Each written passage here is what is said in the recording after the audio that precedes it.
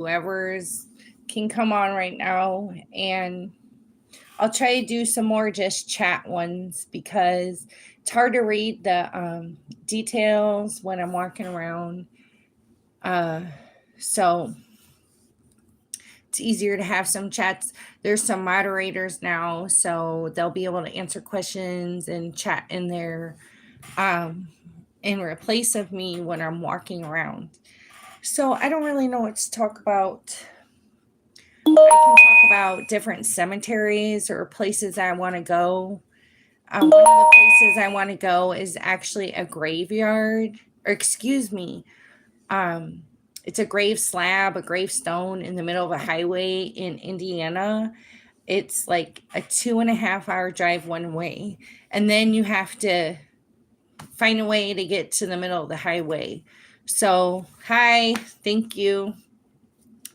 So, the grave that's in the middle of the highway has to do with there was a cemetery there, and they were going to take down the cemetery to put a road through it.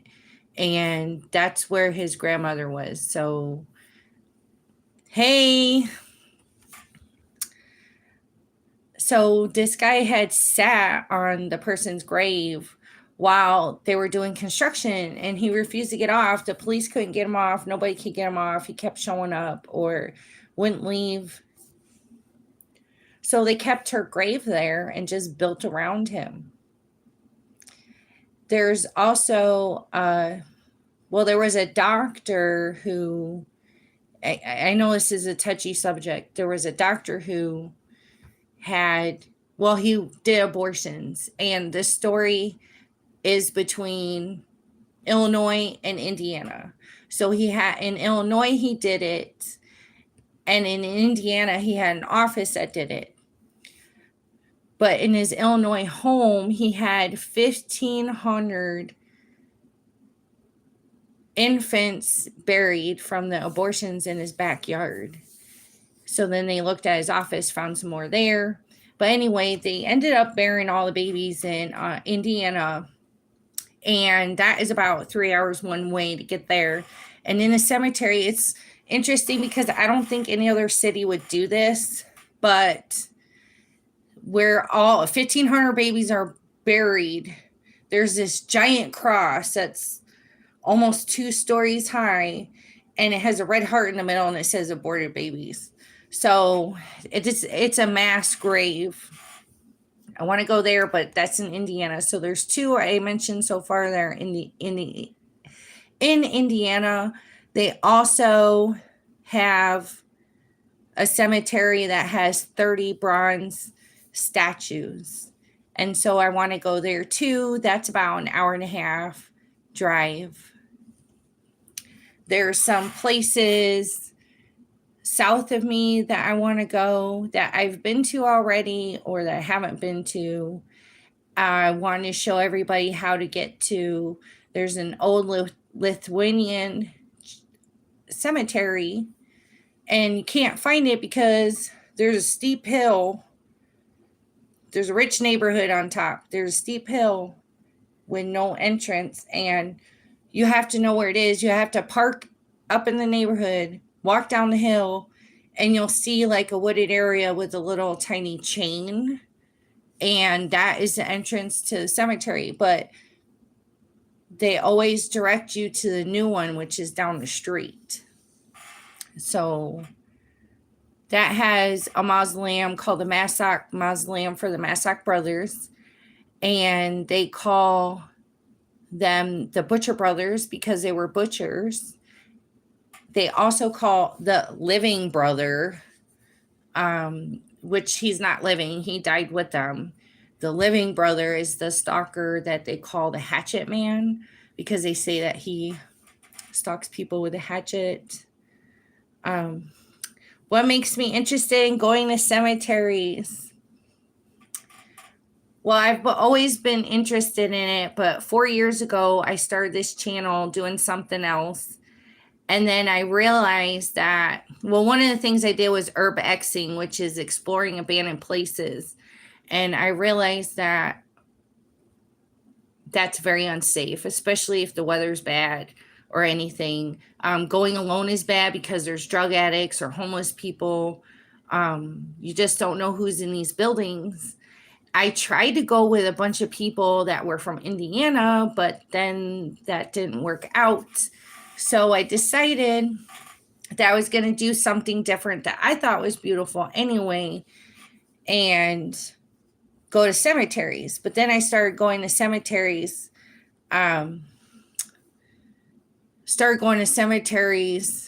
more often. And when I first started, I think I was cheesy, and I would just talk like any other video. But then I started going so much that my fears started going away and paranormal stuff started happening. I started bumping into people, all kinds of things. So I kind of developed my confidence more to where I'm not nervous when I'm in a cemetery, because they are beautiful, but they can get scary. There are areas in a cemetery that are going to have a negative vibe. I don't know if it's from a ghost or a spirit, a demon. I don't know. So being in cemeteries often takes a lot of bravery. You might notice that some people's cemetery videos are really long, like they stay in that cemetery. But some other videos you might notice that it's short, like the people, they love going to cemeteries, but for a short amount of times. The longest I've been in cemetery was like 3 hours. But anyway, I started to fall in love with cemeteries and the history. I learned that everything means something.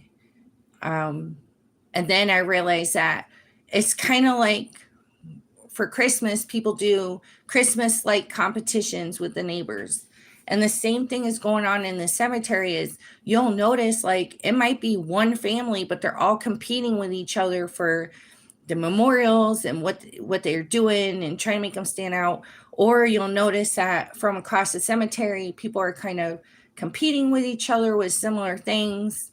There's a lot of historical markers in cemeteries, especially family started cemeteries in the 1800s, which I have not seen a cemetery that started in the 1700s yet.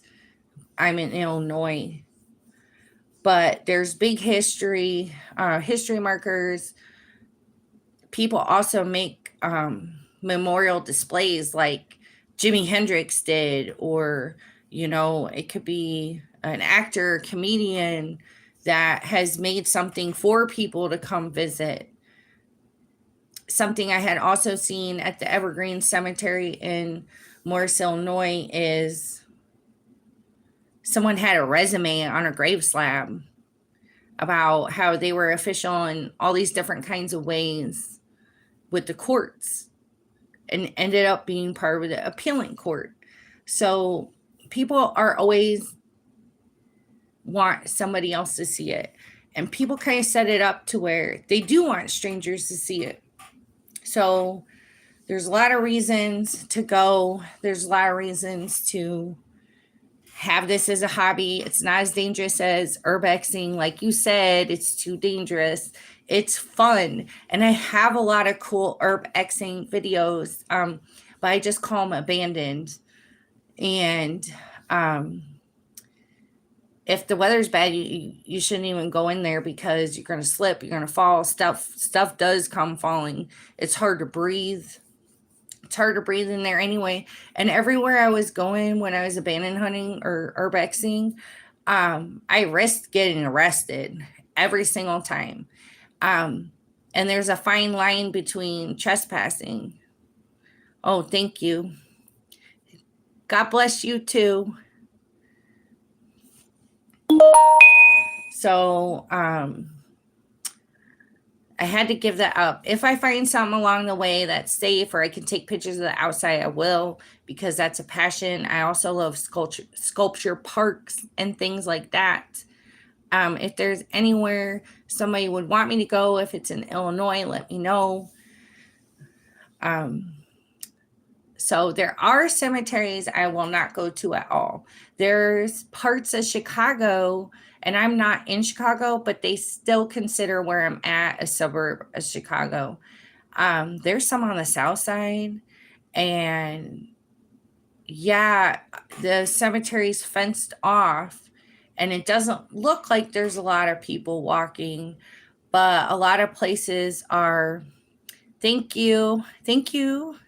A lot of places have barred windows and alarm systems and stuff. You're probably not in the right neighborhood because, yeah, maybe wealthy people have alarm systems too. They don't normally have the bars on everything. So if you're near a cemetery, be aware of your environment. You don't want to be in an area where people have windows barred, their doors barred. I don't know if you know what I'm talking about, but they put these metal grates in the windows and the doors. Um, and those houses look beautiful too, so you can't go off of what the houses look like. Um, there's a lot of cemeteries you just gotta stop when you drive by it because they're not actually on Google Maps. Now, Google Maps, just like urbexing that I learned, if they don't want you to go there, it could be there, but they don't have it on the map. They don't have the little red dot that says the business or whatever. They may not even have it listed. But if you put it, a lot of people can find coordinates for free. Hi. High crime in Australia. Bars over most of the windows. That's horrible. That's horrible. So anyway, I'm not sure what I was saying, but basically just be aware of it. There's a lot of be aware of your environment. I drive by cemeteries and I'll try to stop there because it might not be on the map, but Google Maps, if they don't want you to know it's there, it could be there, but they're not going to have it on there. Like a lot of buildings, the buildings were there, but on Google Maps, it just looked like grass and they didn't have it marked, but you have to go there. So take advantage of things when you drive by if you can. Another interesting thing that I like to do is drive by. I don't have a lot, but I always stop at them. Those crosses on the side of the road for accident sites. I know their bodies are not buried there, but I call it the roadside cemetery. And those you have to stop when you see them because you might not catch it next time. You might forget. I don't always have stuff to give them. But those are always at the accident site. Oh, that's cool. Yeah, you know what? You should definitely do that. It's interesting. It's a way to remember them because everybody's driving by. Everybody's driving by them. And I did go to an abandoned cemetery in Morris, Illinois on a power plant property. I came to a fence and there was a phone number on the fence, and I called the number and said, "Hey, I'm at this location. The gate is open, but I noticed that there was a no trespassing sign." So they said, "Yeah, the gate's open because there's lawn care in there." Oh yeah, I bet you can get EVP off those accident site crosses and stuff. But I talked to the guy who ran the energy power plant, and he had the lawn care people meet me, and it was insane. Like when I first met the guy to follow, it was like this wall, like it just looked like a wall or like a bathtub where there's one side but there's water on the other side. Okay, it looked like a wall, like for a dam. Sometimes you can drive over dams, but if you're from a distance, it doesn't look like a road's there. So I was scared, like, oh my gosh, there's nowhere to drive. How are we gonna get there? And we ended up driving on the wall, zigzagging, and then all of a sudden, out of the blue, he stops, and there is only room for one vehicle. There's no room for him to turn around, for us to turn around. One side's rocks steep into the water, and one side's a steep grass hill. And so, that was a whole nother story getting out of there. But he took us down the slope hill. If we would have been driving that wall without him, we would have never seen this place. At the bottom of a hill was a big fence, and inside that was another fence, but the guy unlocked the fence and let me in. He said, just be out of here in 2 hours. So I think I was there for 45 minutes. It was a little overgrown, but you could tell that they do keep care of it sometimes. So you can go to abandoned cemeteries that are on properties, even if you have to ask for permission. Most cemeteries will have a phone number on the sign or somewhere, and if they don't, that's fine. The general rule is dusk to dawn, so daylight to, sunrise to sunset is when a cemetery would be open. Some are open till 10.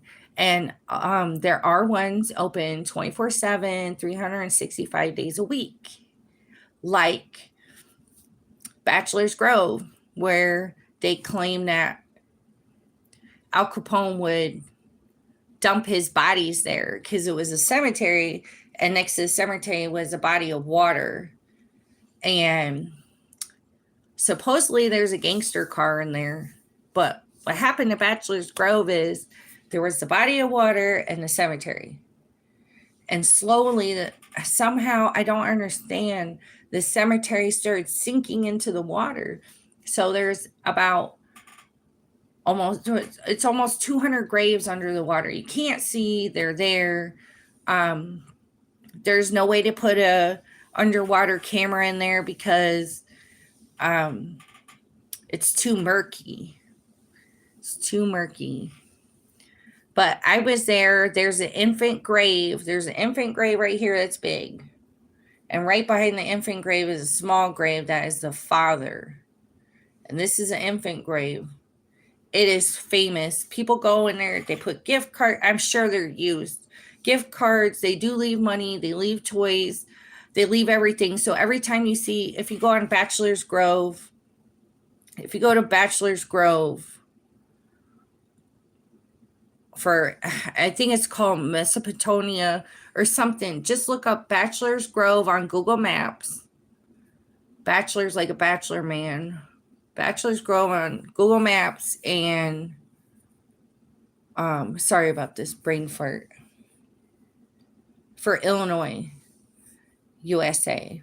And you'll see pictures of this infant's grave, and you just see what's there. The next time you go, it's probably going to be different stuff. But this little girl's grave is famous. And all it says is infant. So that cemetery, you actually, across the street, which it's very hard to cross. It's like 3 lanes each side, back-to-back traffic all the time. But there is like a state park on one side. You have to park in the state park. So in that way, there are cemetery hours because you can't park there when that park is closed. But if you're walking there, you can go in any hour legally. But you have to park in there and then cross the street to get to the path that takes you to the cemetery. So there is no parking there. You have to park across the street. So there's a few places that I want to go in Chicago. I really don't want to go to Chicago, though. I've never been into Chicago. I think, no offense to anybody, that Illinois is a very cold-hearted. And I'm not saying there's not good people. I've never been to a place that was this cold before. I moved here in 2005. Everything's expensive. Everything's hard to do. So not really into going to Chicago because of the violence. And now they're jacking Kias. And I have a Kia. I'm not going to get it jacked because I want to go somewhere and park the car. You know what I'm saying? So, yeah. They were doing Kias and some other brand. But basically, that's another thing. Be aware of your environment. Read ahead of time what's going on, what neighborhoods in. It's very important. Like sometimes I just don't think about the danger I'm getting into, but sometimes I'm aware of it, but I still do it. You just got to be aware of your environment and the dangers. Is it possible that someone could attack you, or are you safe? Like for me, it's scary to go to cemeteries that are isolated in rural areas because there is nobody's going to find you. There's probably animals. I'm very afraid of animals in cemeteries because they'll just attack you and no one's going to help you if you're alone. And if you're with someone, it's still hard too. Oh, that's good. So I don't know what else to say except for I wanted to say hello and have a chat. And I'm going to go do a bunch of cemeteries. I want to get another 2 witch graves. There's not that many in Illinois. And I was going to tell you, I'm going to go to this cemetery called Mound Cemetery. It's a mound where Native Americans are buried in it. Oh, thank you. Native Americans are buried in the mound, but they decided in the 1800s, well, we're just going to put a cemetery on top of this Native American burial mound. And the reason why I want to go back there is not because it's historical, not because it's a Native American mound. There is this section that has 2 huge metal grave slabs. They're not even slabs. 2 metal flat things. And over here is a tree that has lifted the corner of the metal. And you can lay down on the ground and peek through that, and you can see the brick wall. It's a little brick room. And then you can see at the end of the brick room is a space to walk to the other side. So when I went there before, I didn't have very good light because it's so dark. It just absorbs the light right away.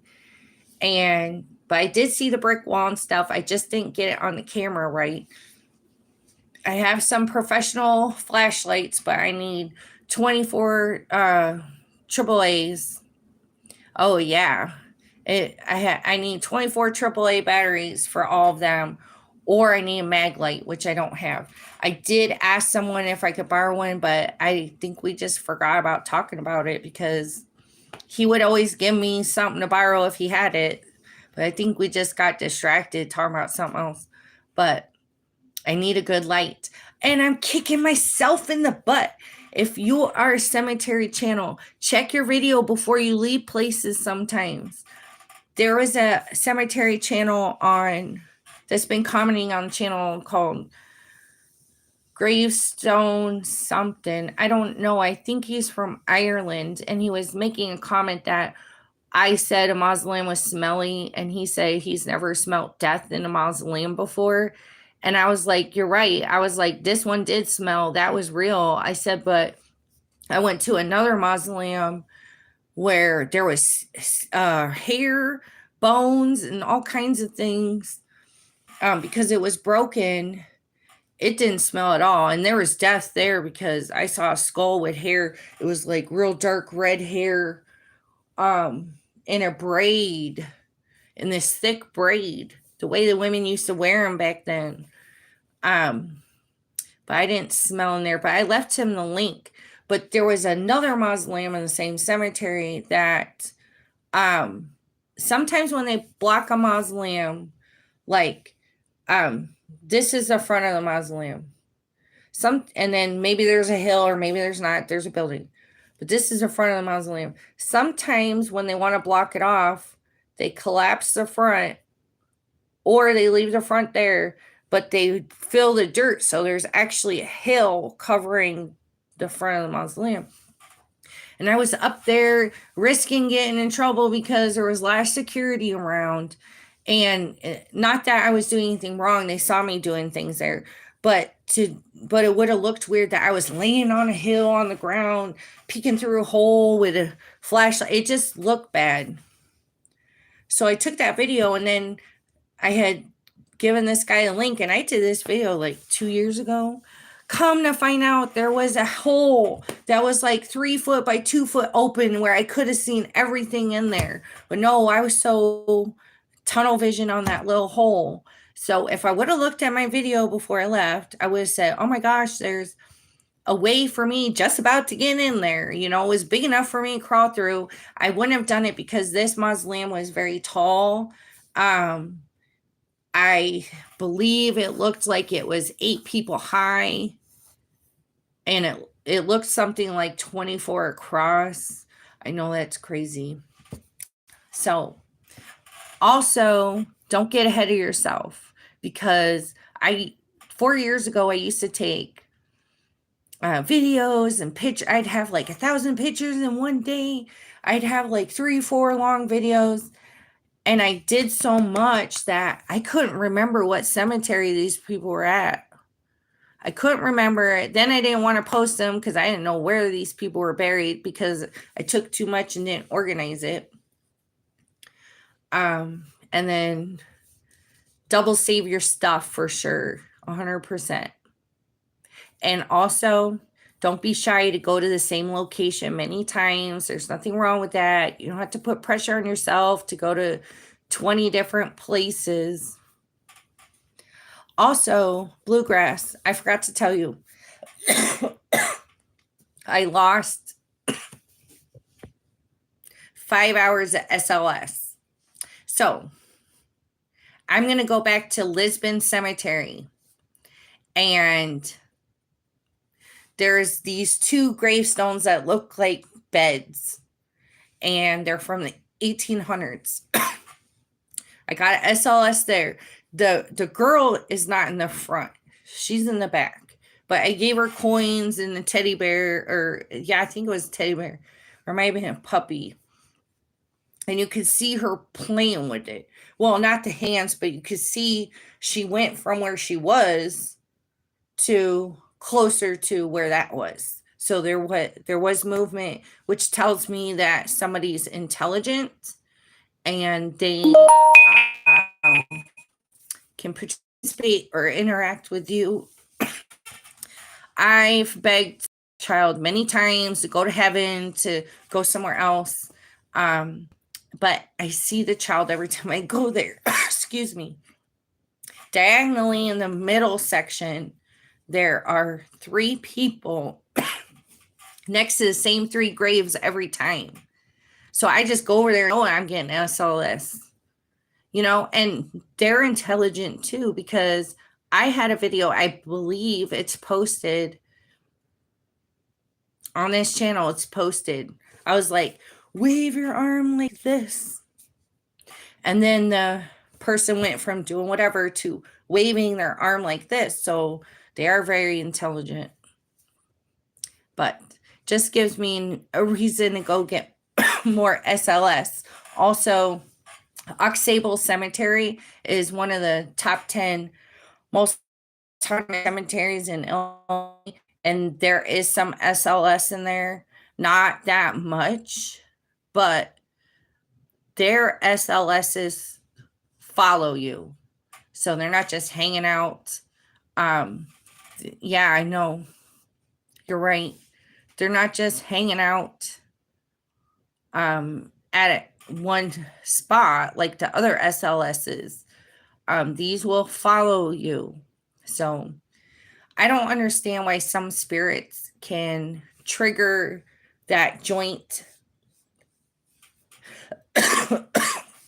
activity that other ones do, you know, to activate the sensor for the joints. But I don't understand why not every spirit can do that. But it's an amazing thing to do. I mean, that they even have SLS. That's amazing. It's mind-blowing. Actually, it makes me feel like reality is not real. Like, you can have an SLS that picks up on this stuff. What does that mean about my life? It makes me feel like, you know, if something can sense something and pick all this stuff up, it just makes my mind bent on what is everything. That's probably it, how much energy they have, bluegrass.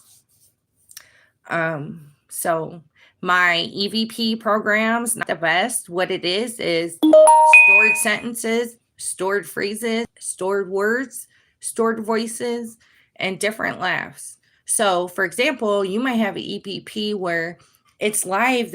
What they're saying is what they're saying. For my program, they're connecting sentences, or they're pulling from voices, or they only have so many words they can use. So I might hear one sentence in this cemetery, and 5 cemeteries later, I'm hearing the same sentence, but in a different voice. So my EVP is not as rich as Bluegrass's EVP, which can tell you whatever they're really saying. So, but my EVP warns me about the people I'm with, because the ghost will flat out tell me, beware of that person, beware of that friend, beware of whatever. So they will tell me. Oh yeah, thank you, Bluegrass. I have to go because I'm choking up. I'm still getting over a cough, but I really appreciate the company, and I will be back again. And thanks for watching the channel. I put a lot of money and time into it. So if anybody wants to be a moderator, let me know. This chat went really well, so I'm happy. Thank you very much. Thank you, Bluegrass. See you again. I can't wait till you go live, because I'll be watching. Thank you.